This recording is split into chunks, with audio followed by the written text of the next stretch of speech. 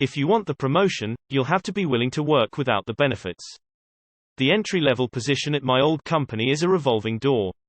The pay is low, the work is unrewarding, and the expectations are unattainably high for the vast majority of the staff. The average time in that position is 6 months. This is by design. It's a position that requires minimal training and there are plenty of applicants willing to work for minimum wage.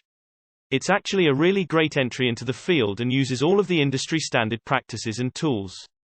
Most people use it as a launching point for a successful career and move on to a higher paying job after half a year. One of the cool things about the position is that they offer a great perk for paid time off. You get 1 hour of PTO for every 30 hours worked. There are no caps on accrual or limits on usage. It's a great way to attract recent college grads to the position. They feel like they're getting a great benefit, and the company knows that they'll be gone in 6 months anyway, so they don't end up paying for a lot of time off. I took the job fully expecting to be gone within a year, but I ended up thriving in the position. My bosses were impressed, and they offered me raises if I would stay with the company and increase my scope of responsibility. Every time I started to think that my career was stagnating, they would make staying in that position worth it. After a couple of years, I had learned enough that I felt confident in my ability to take on a mid-level role, so I asked for consideration. The mid-level role comes with benefits and a salary, along with a title that would look great on my resume. The drawback was that this position has a cap of 4 days of PTO usage per year. Still, it would be a great stepping stone in my career, so I was eager to move up. The only problem is that the mid-level position hires from a pool of candidates with an MBA, which I don't have. My boss told me that they would love to have me work on that team, and would give me a good raise, but I wouldn't get the title, salary, or benefits without an MBA. Works for me. I know how to write a resume and present myself in an interview, so the title is meaningless as long as I'm doing the work of that role.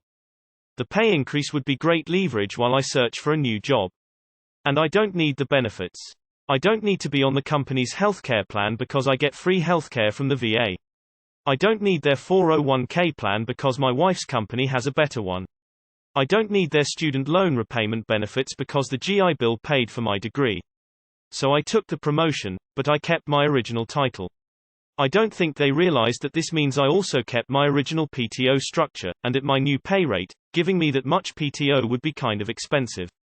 After about a year in that position, I was ready to move on.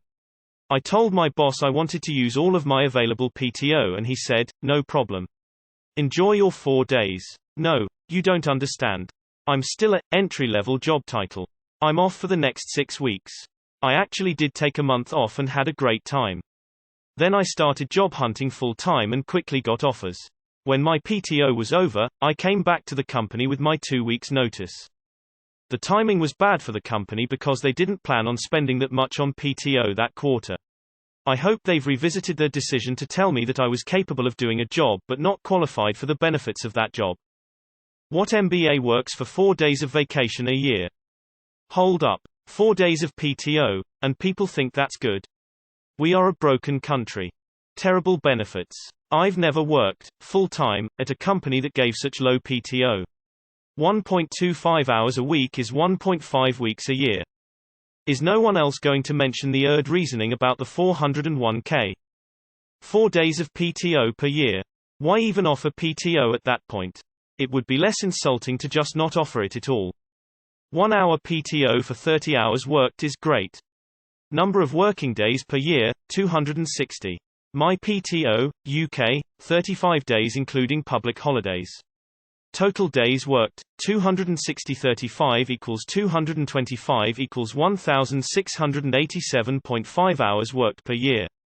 PTO hours earned at your great rate, 1,687.5, 30 equals 56.25. 56.25 hours, 7.5 hours per day equals 7.5 days. And you call that a great perk? That's literally the worst PTO policies I have ever heard of, short of no PTO at all. That's terrible. And to be clear, I meant both the 4 days policy, and the 1 hour per 30 hours worked. Any position that expects people to quit around 6 months is not a great entry, and is basically exploitation of people desperate for work. 1 hour of PTO for every 30 hours work translates to a little less than 9 days of PTO accrued after an entire year. That's awful. Huh? How long did it take you to collect 6 weeks of PTO? You said the position only gave you 1 hour for every 30 hours worked. Were you working overtime or something? Assuming 40-hour work week. You get 4 hours of PTO every 3 weeks. 6 weeks of PTO is 240 hours. 240 hours divided by 4 hours is 60. And this is 60 sets of 3 weeks, which is 180 weeks. You worked 3.5 years with no PTO and then took 6 weeks off and considered that a win. And what kind of company only gives MBA mid-level people 4 days of PTO? Even with holidays, that's like no time off. You can get a week for July 4th. Yay. That's it. Waiting for Labor Day for your next time off. Then Thanksgiving. What type of company offers 4 days of PTO per year? How do they attract or retain anyone? 1 hour PTO per 30 worked. Damn, Murica. Stocking shelves at grocery stores here gets you more than double that, plus sick days.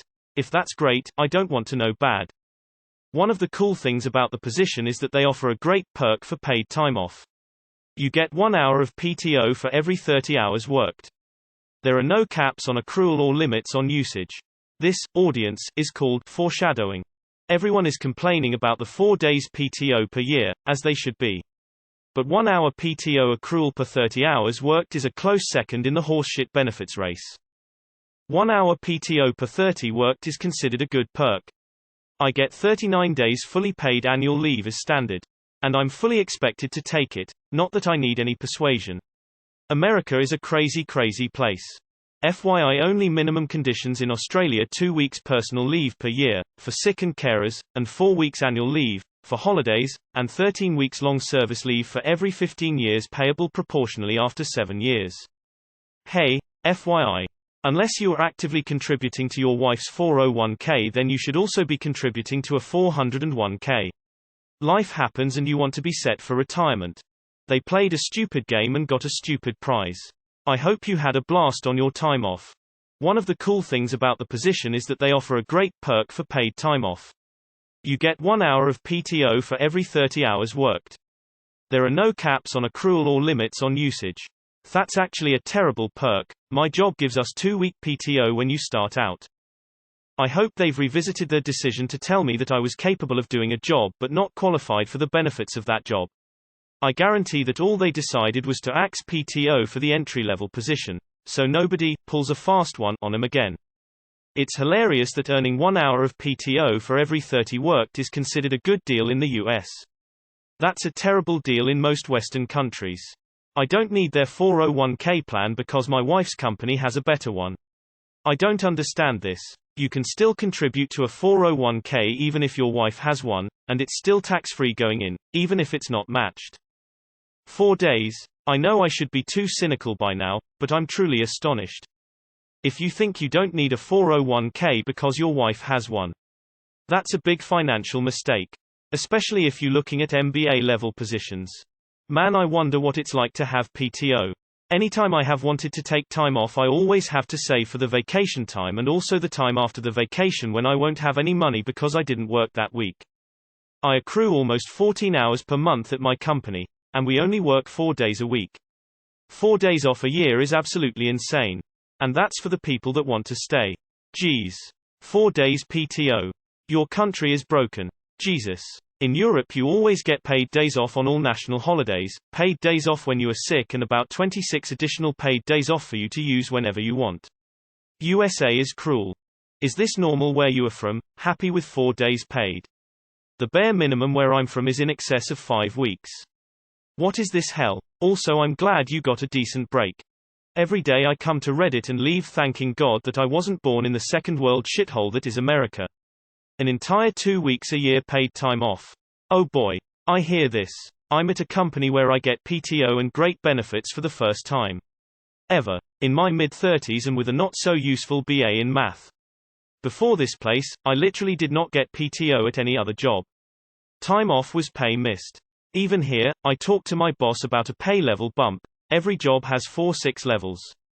They said I need to be doing the next level's work for about 2 years to move up. What? 1 day of PTO for 6 weeks of full-time work is a terrible deal. That's just over 8 days per year. Only Americans think this is awesome.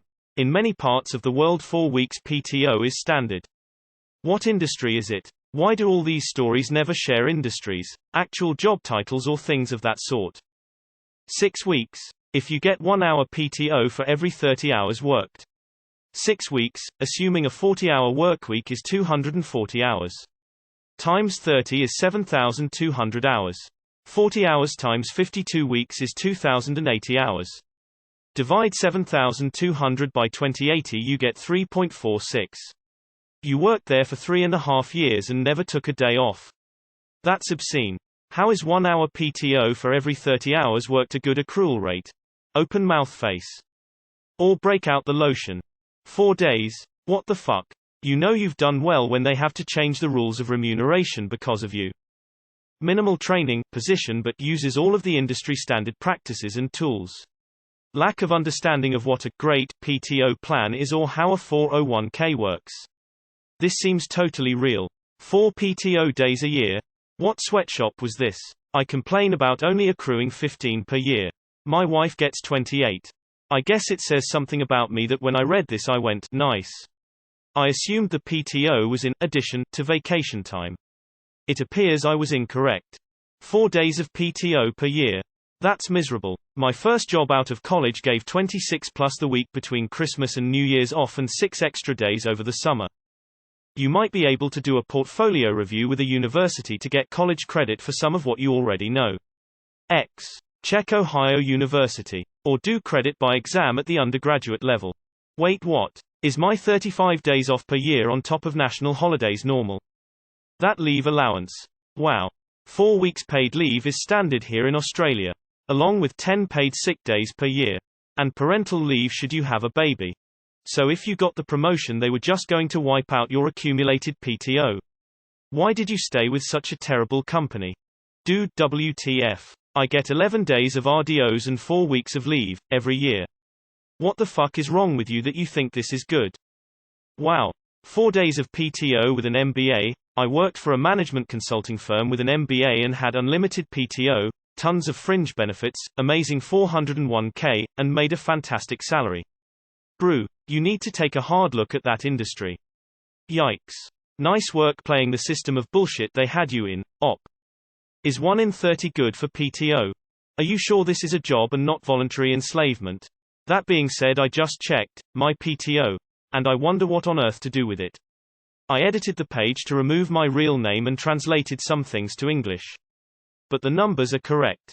I just manually had to fill in official holidays and assign the days that fell in a weekend as bridge days, brug. On this sheet I can pick about 35 days by myself. That being said, I can't take 10 work days off after each other without permission. I do hate taxation laws in my country, but other than that their labor laws on leave are solid enough. I think it is time for you Americans to fight for your personal freedom instead of economic freedom.